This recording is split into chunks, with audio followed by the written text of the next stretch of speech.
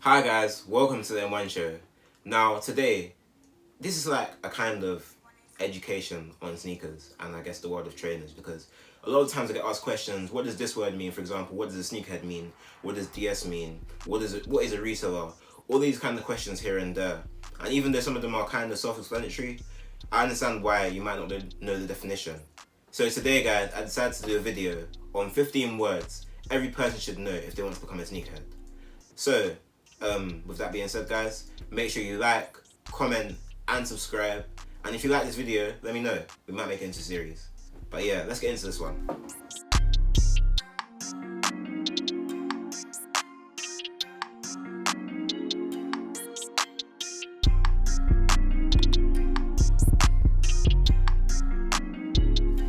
Okay guys, so the first word on my list here is aglet. Now, if you guys know about Phineas and Ferb, you know about the song A-G-L-E-T, aglet, don't forget it. A-G-L-E-T, don't forget it. A-G-L-E-T, don't forget it. But some of you still don't know what aglet is, so I'm gonna show you. I'm gonna make this one visual for you guys, yeah? Cool. So today we have my Jordan 6 infrareds. These are the 2019 versions, I believe. 2019? Yeah. 2019? Yeah, 2019 versions, yeah. So an aglet is this plastic tip that is found at the end of the laces. It can be plastic, with some chains it might be metal. And yeah, so like I know a pair of Jordan 4s that have them as like a stainless steel sort of metal thing. But these are plastic and these protect your lace tips from actually splitting and becoming difficult to put through your lace holes.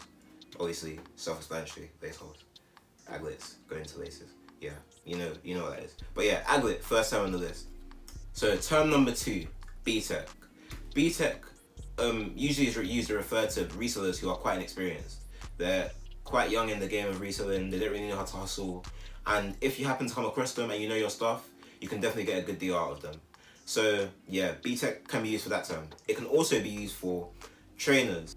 So some people, when the mockers were first rumoured, people were saying that the mocha Jordan 1s were a BTech version of the Travis Jordan 1s. Some people might agree, some people might disagree. It really depends on what side you're on. But I think the mochas are a great shoe, so I don't necessarily see them as a BTech version, but I can see why people would think that sometimes. So yeah. Term number 3, beta. So a beta is a sneaker that you pretty much wear every day, whatever the weather.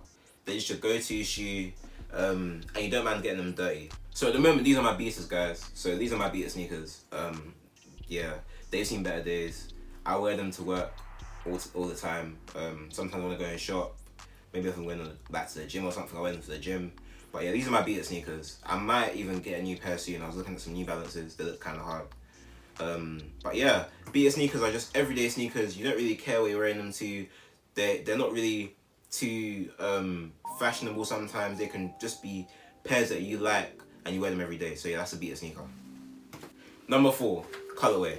Now, I know you guys have seen my unboxing videos and you always hear me say university blue colorway, infrared colorway, anthracite colorway, but essentially what a colorway is a combination of colors used to differentiate the styles. Nice and simple. It's not really a difficult thing to pick up. When you have a colorway, it's the identity of the shoe. The colorway makes the shoe. Because the silhouette, obviously, is the shape of the shoe. The colorway is the color of the shoe, and that's what gives the shoe its title typically.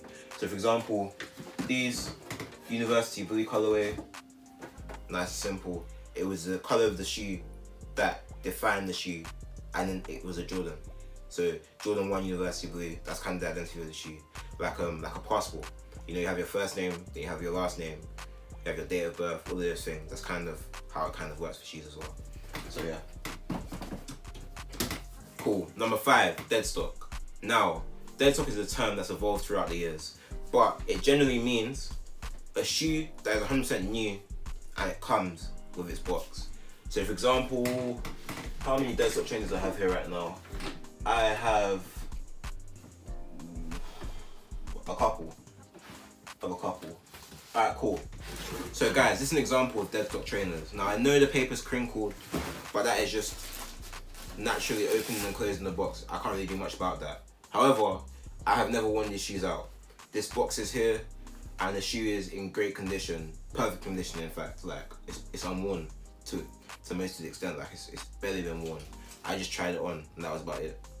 But if I was to sell these, I would sell them as DS trainers, which is dead stock. So whenever you see somebody say DS, that's dead stock. If somebody says VNDs, that means very near dead stock or very nearly dead stock. So that's basically like when they sell you a shoe and they're like, oh, I mean, it's basically brand new, but it's not exactly brand new. Do you get it? So that's VNDs, whereas DS is dead stock, purely fresh, unworn. Yeah. Next term, F&F.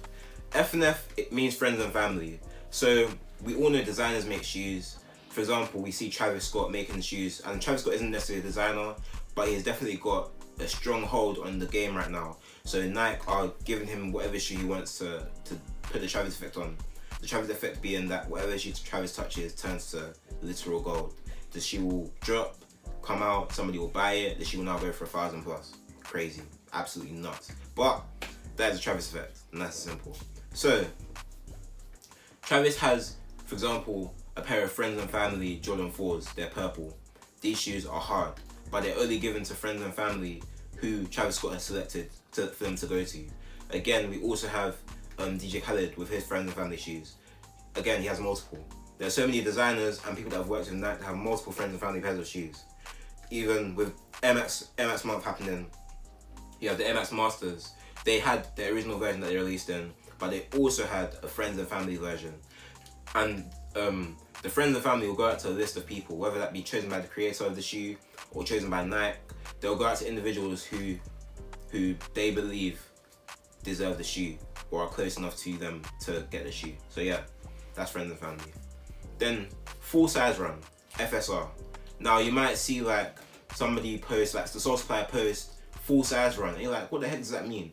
Full size run is very simple. It just means that the size is going to range from kid sizes all the way to adult sizes. That could be as far as toddler sizes to about size 11, 12 maybe.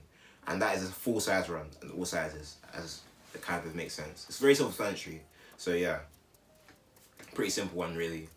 Then next up you've got GR. GR is general release. So general release is a shoe that's been mass produced and is available at most retailers. It doesn't typically sell out, but sometimes it does. There's been a lot of GR Air Forces that have touched the streets and somehow sold out so fast. It's a bit more difficult to explain these days how GRs work, especially with the rise of retailers, but more or less it's a shoe that drops. For example, a typical GR is like a Nike React.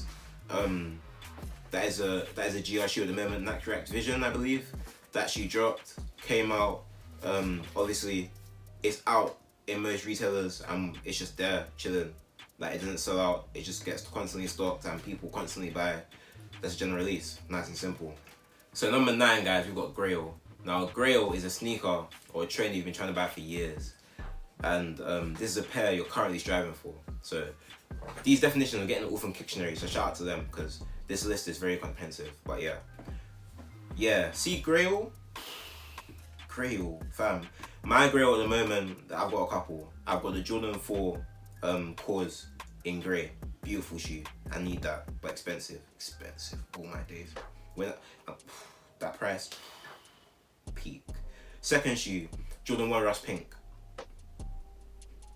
Peak. Price? Peak. But that is a Grail shoe. When I eventually get rich and I get that shoe, y'all will know about it. Everybody will know about it. Even Mama Charlie will know about it, bro. Third one, I want to say the Court Purple 2018s. For me personally, an amazing shoe. Ever since I saw that shoe, I think I saw Lancey Fu wearing the shoe. Don't watch the Rams. It's just by accident.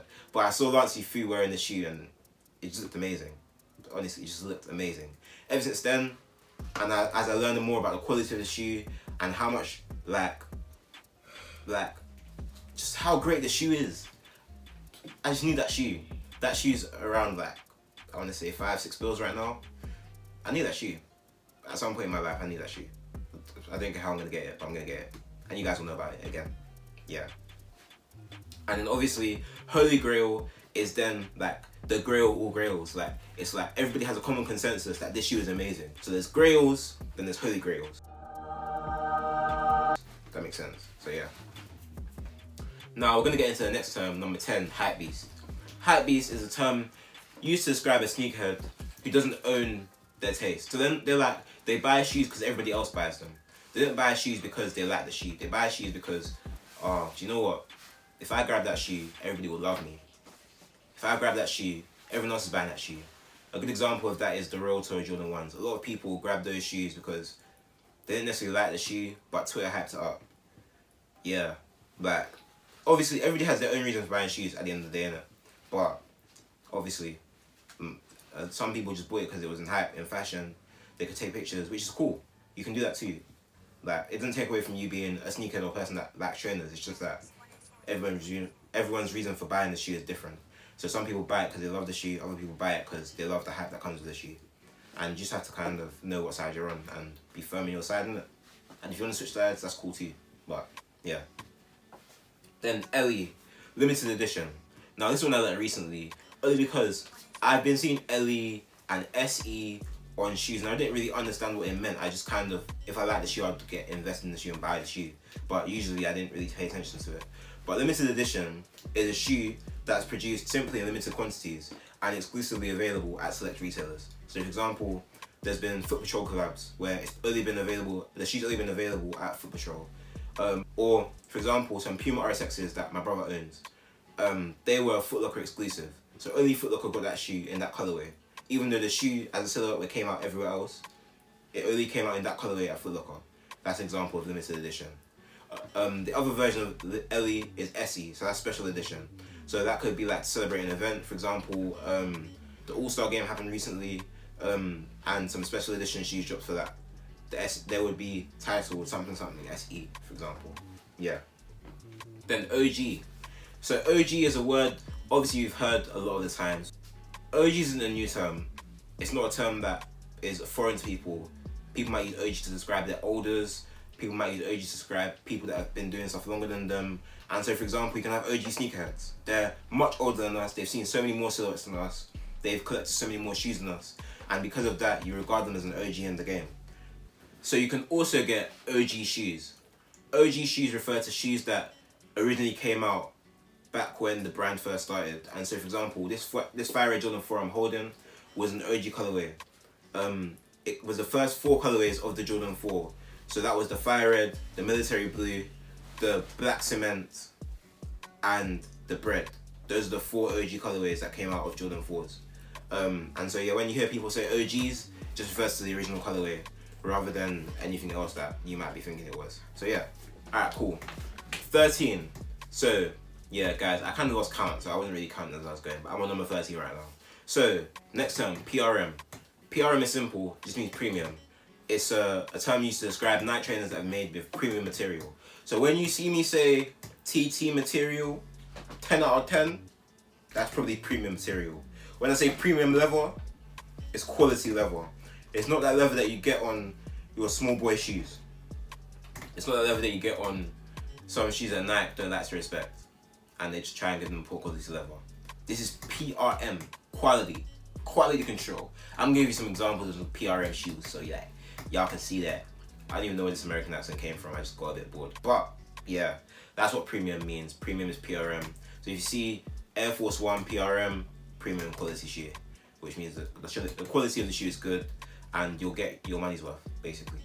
Cool. Number 14, retro. Now, for example, these year, Jordan 11 Concords.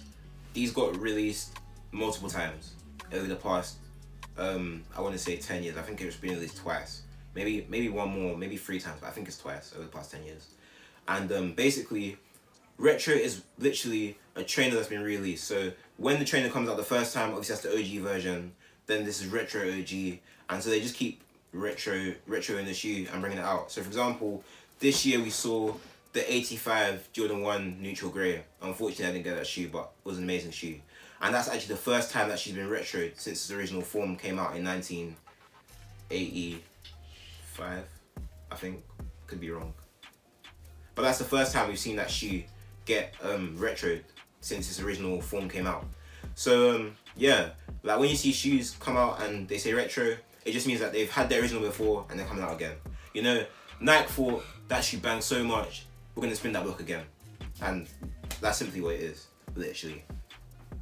And then yeah, SB. So this is number 15, guys.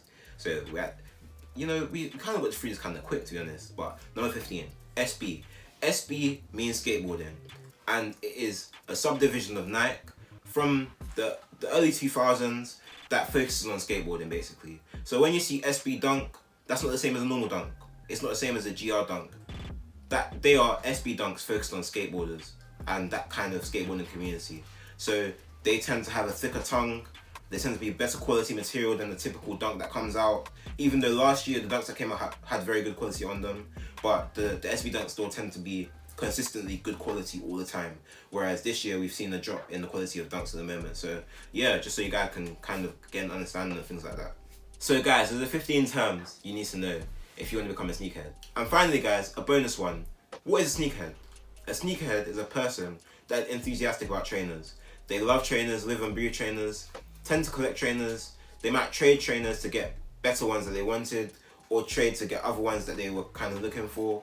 And they tend to know a lot of information about trainers. Typically, they know their stuff. Like if you ask them certain questions about shoes, they'll be able to answer you in a few minutes, just like that. And yeah, guys, we've come to the end of the video. I hope you guys have learned something. And even though this was a bit different for me, I feel like as a person that kind of knows about trainers and enjoys like collecting sneakers, as it were, it's sort of my responsibility to teach other people why I love trainers so much and to understand about trainers more and more. So that's why I kind of decided to do this video. Again, a bit different, but if you enjoyed it, then it's great. Let me know in the comments, guys, if you learned a new word. Let me know in the comments if you enjoyed this video. I might even make this into a little series and just do like a how to become a sneaker kind of thing and give you guys little tips and pieces on how to actually learn how to become a sneakerhead and learn new things. But with that being said, guys, make sure you like, comment, and subscribe. Turn on the post notification bell. And guys, that's it from me, the M1 Show. Enjoy your week, and you know the vibes.